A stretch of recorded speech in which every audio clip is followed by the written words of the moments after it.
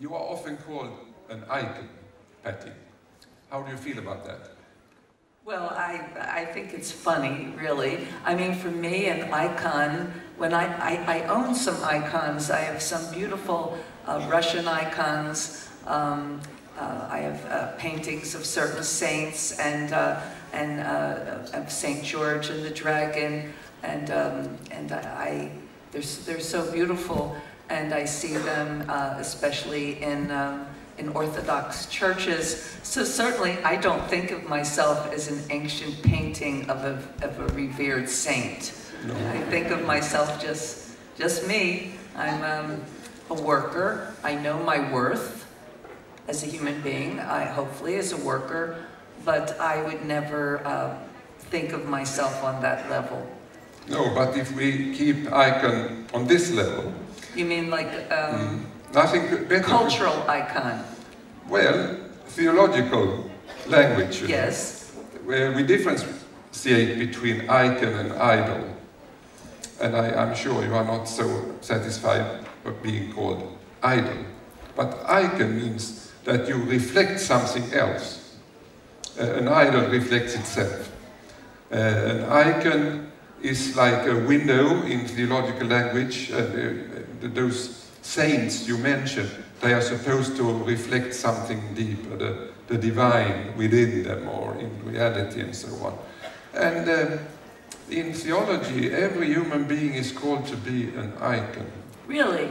Reflect the divine within you. And this is what you talk about, and this is what you are doing all the time. That's a very beautiful thought. Yeah. Well, I guess it's not so bad being an icon. That's what I wanted you to realize. For me, it's a matter of, does one, sometimes we get accolades or titles and we have to reflect, did I earn that particular title? So that's all. And, you know, and also when I'm meeting people, I like us all to be, we're all part of the human conversation. I don't like to feel as if people are afraid or think I'm on a different elevation than they. And I'm just as awkward, just as clumsy, and I'm a very bad housekeeper. So almost like a saint then. They're also very human, you know. An icon is a piece of art, you could say. Yes. And you always talk about being art, perhaps more than being an artist. I mean, being art, whatever you do, reflects something deeper. Well, I have a sister who is, we were brought up Jehovah's Witness. I left when I was 12, but my sister is a devout Jehovah's Witness, and she is a Jehovah's Witness every moment of her life. Always, she says, their job is, as Peter, to feed my sheep, to give information, to help others. She's always in prayer or contemplation or helping people all the time. She's not just 2 or 3 times a week doing this. It's who she is. And for me, being a writer or being a person pursuing certain spiritual ideals within work or aesthetic ideals, I'm that all the time, whether I'm washing dishes or making food or taking a walk. So all I'm saying is, in that way, we don't put aside our vocation in life. It's part of who we naturally are. It's wonderful and good theology, at least in our tradition. I'm getting good points theologically. Well, the reason why we are here is that you were a friend of Henning Mankell. Yes, yes. And a year ago he was supposed to be present at the book fair, and he couldn't, of course, and he died 10 days later. And then you were in a television program in Sweden, and you talked with Henning about the role of art and all these narratives and so on that you you both of you have spent your life doing, writing. And then you also mentioned Dag Hammarskjöld. And then I wrote a letter to you, yes, mentioning Henning and Dag Hammarskjöld. And I said, I'm there. And here you are. Yeah.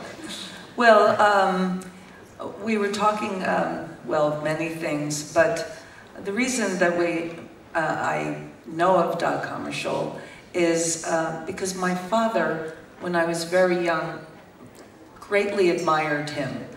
And he would read his poetry to us, but he admired him because here was a man who was sensitive and caring and wanted peace for our world, but he didn't want peace at a price. He didn't think that peace meant to be weak or not to fight for the things you believed in. He had a very strong sense of the individual as well as the great collective. And my father really admired him. And so I always keep him within my heart of the pantheon of people to think about in the name of my father. And I went, and last year, I think, or the year before, I visited his grave. It was very funny. I was with my band, and they said, "Is there any place you want to go? There's a lot of good clubs, and there's really cool places." And I said, "Well, I'd like to visit the grave of Dag Hammarskjöld." They were Googling Dag Hammarskjöld, but we went. They took me, and I was very moved to go. But it's a credit to my father, the upbringing that I had. My father didn't go to church. He didn't have a religion, but he read all of the scriptures. He read the Quran. He read all kinds of holy books. He read Jung. He was always teaching us to question things, and that is how he brought Dag into our life, because he felt this was a man who was a deep, sensitive, and open thinker. We'll come back to your fascination for graves. But to stay with Dag Hammarskjöld, one of his icons was Albert Schweitzer. Yes. And you also mentioned him, yes, in your books. Yes, very funny because, yes, when I was a little girl, I had the idea that I would be a missionary. And I loved Albert Schweitzer, but I didn't want to be a doctor because the sight of needles and medical things make me feel faint. So I thought I'd never be a doctor, but I thought I could be a missionary and talk to people about God, and so I admired him. My father always counseled me about that, though. He said, if you're going to be a missionary, never talk to them about God as a very beautiful, open concept. Don't confine God to a specific religion. Allow God, the concept of God, to breathe so that people could breathe him and not feel confined by, limited ideas. I think we come back to that also, that religion tends to limit the understanding. I didn't make it as a missionary, obviously. No. So. But you know, what is common for Henning Mankell and Albert Schweitzer is that they go to Africa and in a way trying to pay back, so to speak. And the guilt of the West, in a way, what we have robbed from these continents. Have you had that feeling also, that we... Well, I mean, I think we all have that feeling, but I have not, truthfully, it hasn't been part of my political activism, such as it was with Henning. I mean, look at Wallander. Wallander also reflected that kind of thinking. Wallander. And sorry, I just have to explain. I know, I say everybody's name wrong. I'm very sorry, typical American. But he, I mean, as a detective, that was one of his great qualities. He wasn't, he wasn't confined to he wasn't a provincial detective. He really thought about what was happening in the world and to immigrants and how people were treated. But there's an artist, a German artist, Christoph Slingensief, who also had this constant feeling from extreme guilt to responsibility for how his own country had exploited Africa. And as I said, I'm obviously sympathetic, but in my own political sphere and the things I've been responsible for, it hasn't been something that I've been active in, but of course, always conscious of. And I mean, I'm an American. You know, it's a country that was earlier built on slavery. So, and fighting, continually fighting racism. So, obviously, these things are on my mind. You know, to talk about God in Sweden, it's very complicated. People are so shy, so we prefer to talk about something else. Or we say about life, or perhaps art or something. But you are not so afraid of talking about God. Oh no, it was part of, as I said, it was a daily part of the conversation. My mother was more traditional. She had a religion, but still she gave me the concept of God when I was very young.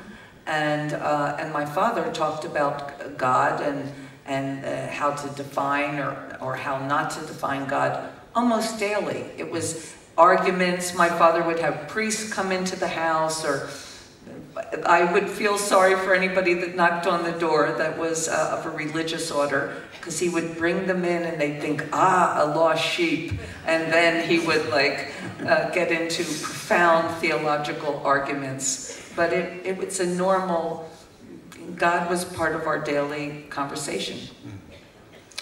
And you write in Just Kids that all art belongs to God, and art is about God. And that is, of course, depends on what you mean by God. But then you add later on in the book that the role of the artist is to dive into their innermost being and relate to the divine within you, and then move back to the material world and create things that reflects this thing. Yes. And I've always thought that. I think, and I've seen, we see artists do that. Seeing John Coltrane, for instance, who was a very devout man. And when he played saxophone, he would do a solo, say 15, even 20 minutes long. And it was his way of talking to God. And he would leave his audience consciously. They're sitting there. He goes off and he communes to the deepest or highest part of him. But he can't stay there because he has a responsibility to the people. And then he comes back and completely relates back to the people. But in doing that, he offers the people a glimpse of the divine and also the process of going toward it. And that, from a young age, I thought that was, I tried to apply that to performance, to the work I do, and to mental exploration. It's not complicated. We all have, we can do it in everything we do.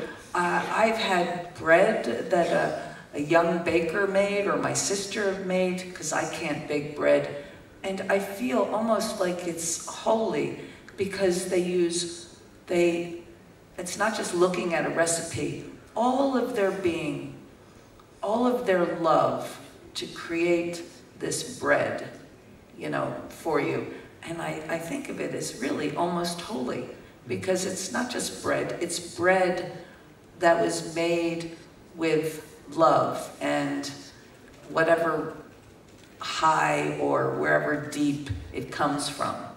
And in a sense, that abstract idea, it's the easiest idea, maybe the one that Christ was giving us, the easiest way to comprehend God is just an infinite love. Anyway, I hope I didn't go around the bend there. I feel like I went somewhere. I'll push us back. Okay, into thank the you. center. Yeah. Thank you. You know, there is a theological word for what you're talking about now, and that is incarnation. It's used about Christ being as one of us in the material world, reflecting the divine. The divine cannot just be a spiritual sphere. It must dig into our material world and be visible there. And so that's the very center of what you're talking about as the artist role, is also the role of Christ according to Christian theology. I mean, to make visible what you have experienced deep within you. Well, yes, and I think that it manifests in many, many unexpected ways. I mean, obviously, you could look at a Raphael and say, it is manifested in this painting of the Transfiguration of Christ, or it might manifest in a Rilke poem. But sometimes it's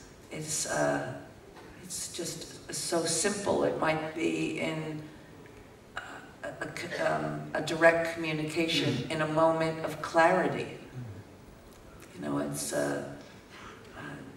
giving someone, you know, if someone can't find the right word, giving them the exact right word that opens up a universe. I think of like Helen Keller finding the word water that opened up a whole world. And so you are here as an author. You published last year M-Train and 5 years ago Just Kids. Let's start with Just Kids. Okay. And Robert Mapplethorpe. That book is about how you became an artist, how you, from 20 years of age or earlier, you grew into a world-famous artist. And Robert is all the time your guide, so to speak. And it's a love story. It's a wonderful book. Thank you. I guess you promised him when he died to write a book. Yes, it was the day before he died, and Robert and I always looked at our story. We were very conscious of our own little story, which we really loved, and we struggled to keep our story continuing. And he said to me the day before he died, "Will you write our story?" Well, I had never written a work of nonfiction before, but I promised him I would, and it took me a very long time, but I did do it. But I had to think of what was the greatest gift that Robert gave me. And I think that one of them was I always wanted to be an artist. I wanted to be a writer. As soon as I read Little Women and read how the character Jo wrote stories, and I thought, I want to be like her, and I wanted to write. And then I saw Picasso's in a museum when I was 12, and I thought, I want to do that. My desire was so strong and overwhelming, but I was not a prodigy. I had no real exciting skills or the ability to get a scholarship or anything that anyone thought was extremely special. I just had the desire, the will, and studied and worked away. But when I met Robert at 20, I had all of this desire. But Robert at 20 already knew he was an artist. He had no doubt. I desired to be an artist. He knew he was an artist. Absolutely not a shred of doubt. And what he was determined to instill in me was a belief in myself that I was an artist. Not that I maybe might be an artist or just that I dreamed of being an artist, but I absolutely was an artist, and that I should believe that and struggle with the way that I executed my work, but not to doubt that core thing and to really believe in it. And through him, I did develop that confidence and that concept of myself. And I still, to this day, draw from it when I falter. Certainly when I was writing that, I was like, Robert helped me write this book. I mean, he believed I could write that book. And I didn't. You needed 20 years to do it. 20. Yeah. Well, a lot happened. My husband died, my brother died, I had 2 small children to raise, and a lot of grief to negotiate. So within that, slowly, and I had to learn how to write it by just discarding piles and piles and piles of manuscripts until I got it. And it's a very fascinating story. You are so poor. You come there, you don't know where to sleep, what to eat. You sleep in parks and in door openings and things like that. And then you met him, and then you find places together. Yes. But you are very, very poor. Well, the thing is that Robert had his strength of character was his belief in himself, but he wasn't very good at getting a job. And I came from a lower middle class family. I had worked since I was 14. I had no problem working. You know, I worked in a factory, I worked in fields picking blueberries and tomatoes. And in New York, there were many bookstores, and I got to work in a bookstore, and I was thrilled to work in a bookstore. To me, it wasn't a burden to have a job. I was so happy to actually be paid to be around all of these books and to share them with others. So I was very happy working. It's very obvious that you are very vulnerable at that time. There is a certain kind of vulnerability in the book, in the sense that you never really know, you can never take anything for granted. No. No. And is that important for your becoming an artist, this consciousness of the vulnerability? I don't know. I mean, I think that, to be an evolving artist, one has to keep, we can't stay in the same place. When we're young, it's very important when we're vulnerable and when we're sort of teetering on this tightrope, to have a certain amount of hubris, to be somewhat egocentric, because it's our armor. We need, especially when you're young, you need some of that. But it's important, I think, that artists allow themselves to evolve. And so I wouldn't say it's vulnerability. I would just say that we have to broaden. We can't be afraid that in being an artist, if we have to broaden what we do as a human being, it doesn't diminish us as artists. I've met many people that when I left public life in 1979 to marry and have children, people were appalled by that. You know, the feminist movement was upset with me, all different people, the rock and roll people were upset with me. Everyone thought I was betraying this segment or that segment. But for me, I found the person I loved. I was able to handle the responsibility, and it never diminished me as an artist. In fact, I grew. By having children, I learned that I wasn't the center of the universe. I could no longer be egocentric, and I had to write from a greater place. And my abilities expanded. My time shrunk, but my consciousness expanded. So I think that it's very important that we keep evolving. Excuse me. Sorry. Was that what you were asking, or because I have no answers to my own questions.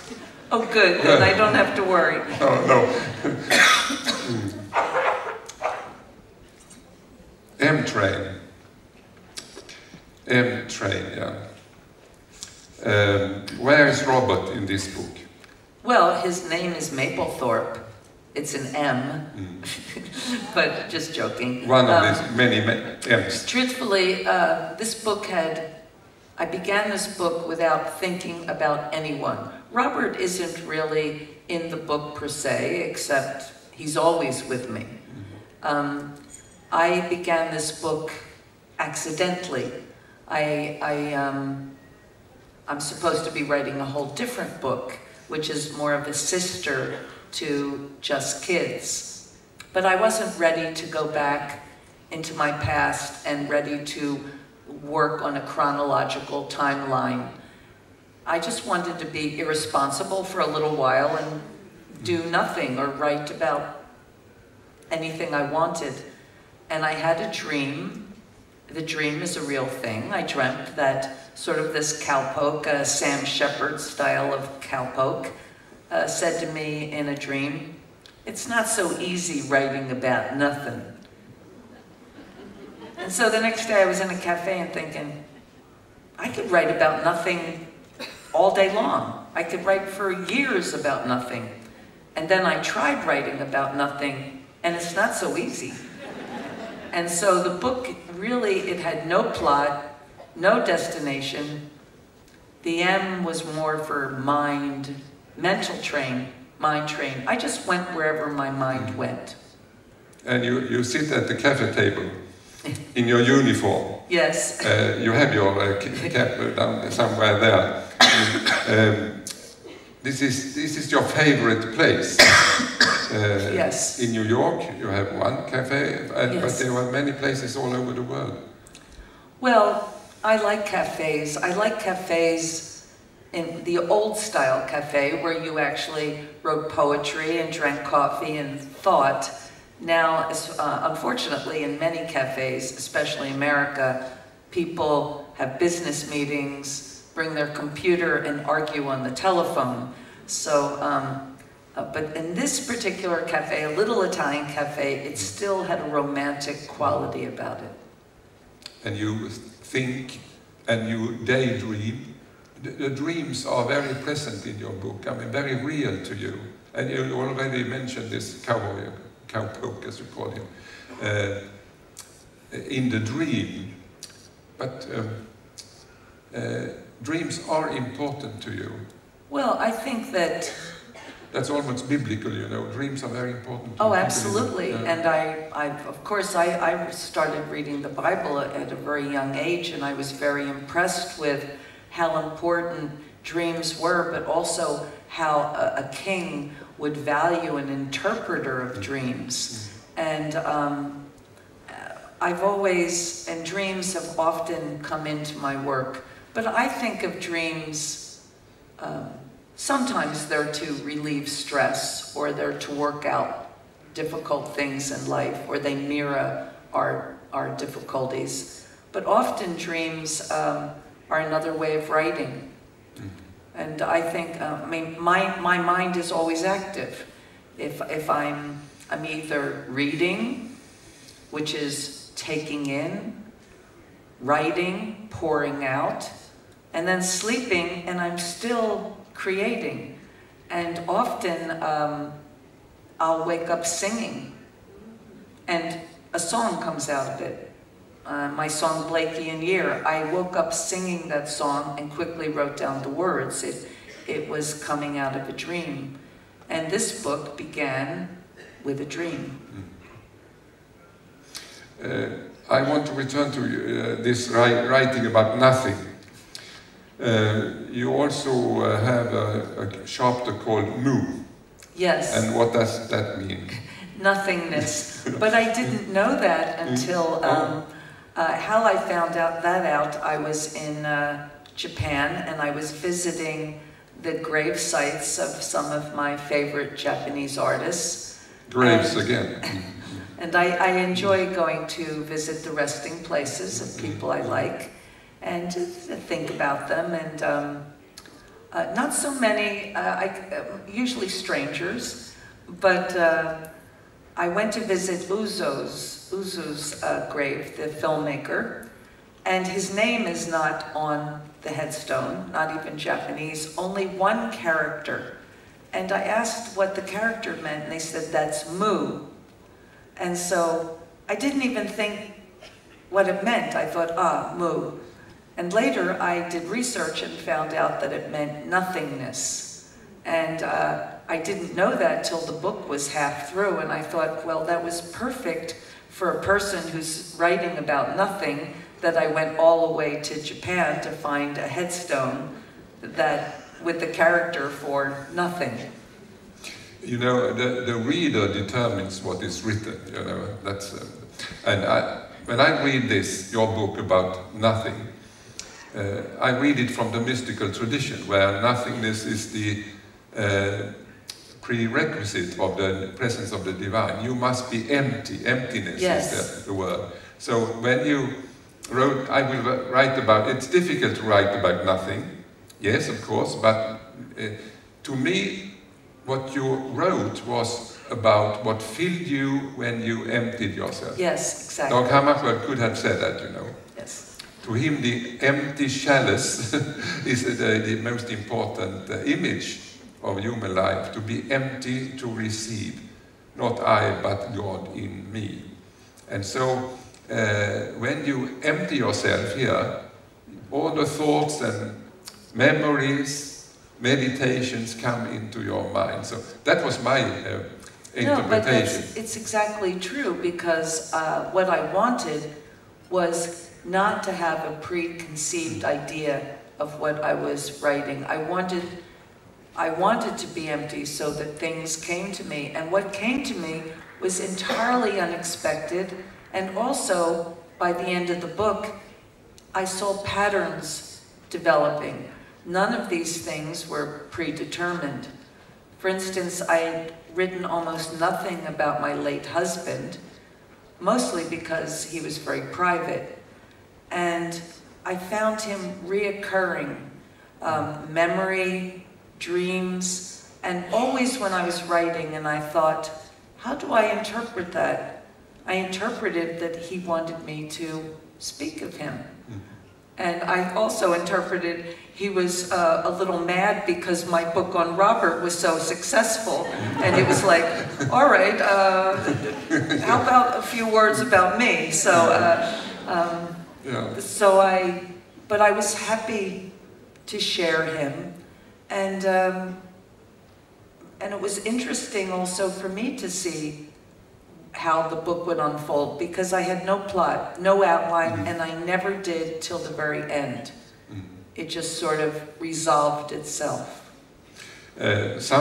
Somewhere you write that when you yourself read books, you are so very much present in the book that you don't remember afterwards what it's all about. Often. So books that I really love, I'll read and reread. And, but I realized this phenomena when I was very young. I read this little book called The 5 Little Peppers and How They Grew. And it was about a family. I was quite young. I read this, I was enthralled with this book. I read it everywhere, in my school books, in the bathroom, when I was eating.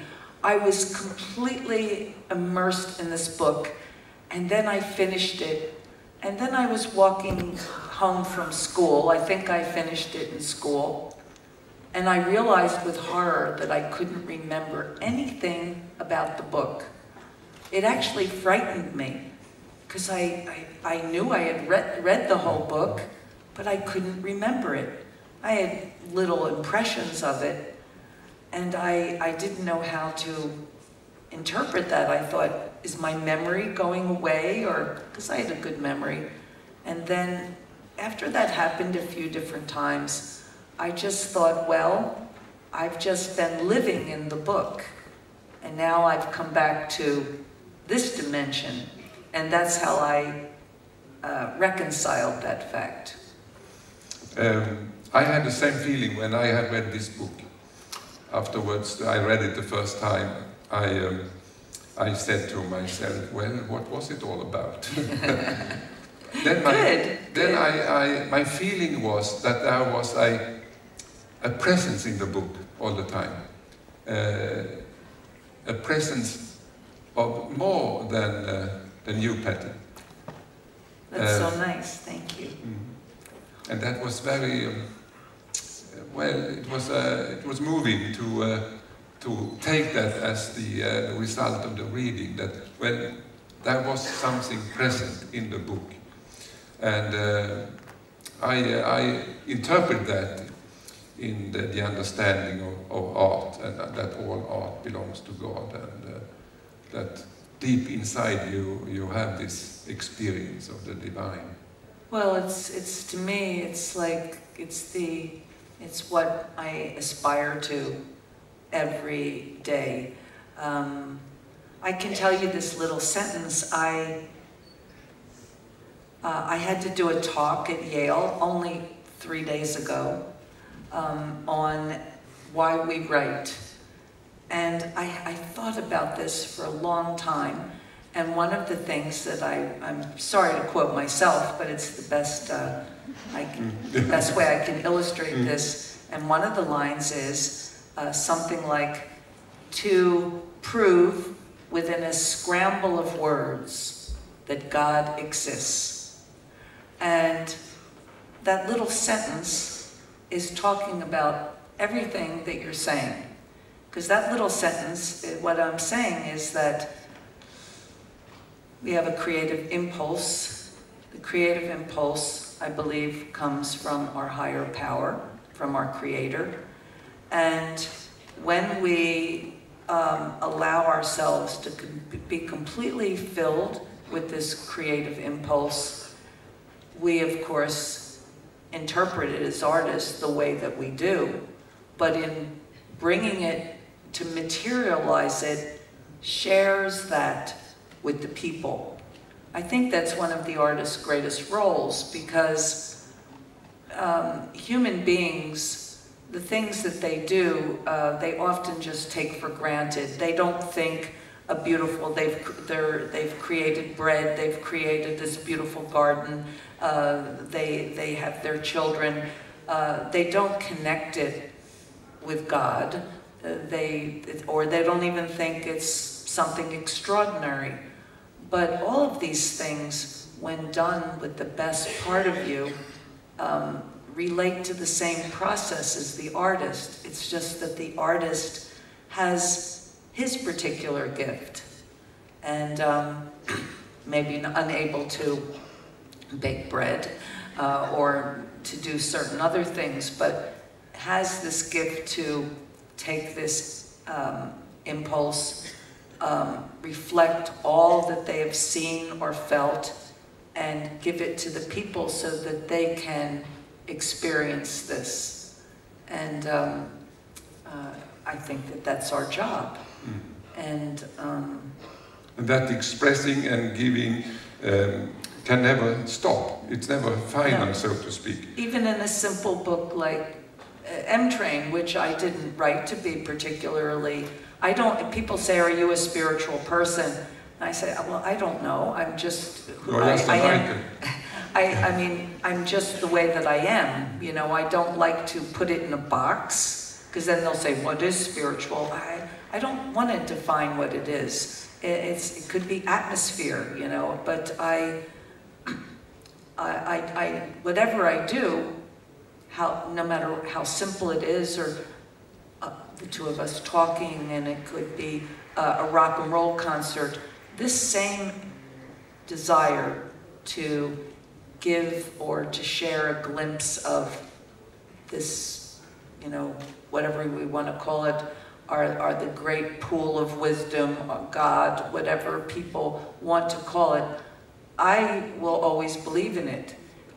People can call it different things, but to me it's the same thing.